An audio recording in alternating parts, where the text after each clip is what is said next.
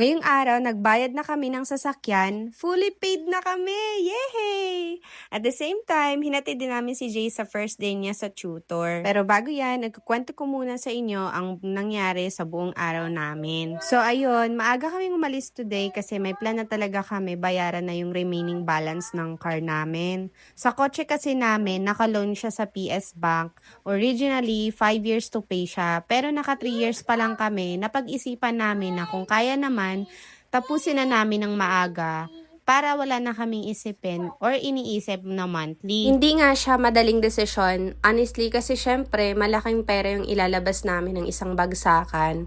Pero nung kinumpute kasi namin, mas makakatipid kami kung babayaran namin siya ng buo. Ayun, tinuloy na namin today. Pagdating din namin sa bank or sa PS Bank, diretso na agad sa process. Medyo mabilis lang yung naging proseso. Wala na masyadong hassle.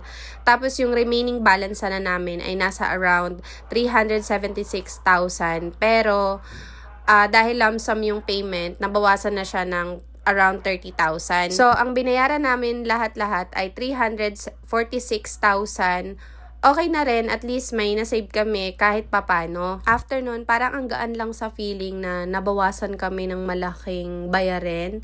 And yung may na-accomplish na rin kami bilang mag-asawa. And parang one less thing to think din siya about every month kasi wala na kaming babayaran na mabigat din. Kasi nasa 14,500 din yung binabayaran namin monthly. Avansa kasi itong sasakyan namin na nakuha namin noon. Then, after namin magbayad, syempre, nagutom na. So, dito na kami kumain sa Chowking na dapat KFC. Kaso, nalampasan namin. Kaya, ayun, hindi na kami bumalik. Tinamad na rin. So, napunta kami dito sa Chowking. Yun nga lang, medyo nakakasad kasi yung ibang product na binebenta nila, hindi available kagaya ng wonton, which is gusto ko sana humigop ng sabaw. But anyways, after namin kumain, bumili lang yung asawa ko ng donut para pasalubong din sa anak ng teacher na magtututor sa anak namin. And dumaan na rin kami sa Mercury Drug para bumili din pala ng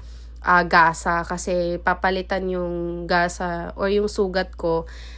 Yung asawa kasi yung naglilinis noon. Tapos, today din yung start ng tutoring ni Jace at 11:30 a.m. yung schedule niya. So, hinatid namin siya sa teacher niya. Same teacher din niya nung daycare. So, okay na rin kasi familiar na siya. Schedule niya is Monday, Wednesday, and Friday, 11:30 a.m. to 1 p.m. 12 sessions in total. And hopefully, makatulong sa kanya, lalo na sa basics and yung mga ACADS na kagaya ng pagsusulat. Kasi more on doon siya nahihirapan. Tapos, habang nasa tutor nga siya, nagsasend yung teacher niya ng mga clips niya at sumusunod naman siya sa teacher niya. Iniwan kasi namin si Jace doon at umuwi kami para umidlip. Then 1 p.m, sinundo ko na siya gamit ang e-bike dahil wala yung tito niya umalis para mag-entrance exam. Tapos yung daddy naman niya kasi papasok na sa work. So, ako talaga yung susundo. Ganun talaga minsan, kailangan magsakripisyo kahit mahirap, lalo na ngayon yung dede ko medyo makirot dahil kakatanggal nga lang or kakatapos lang ng operasyon namin.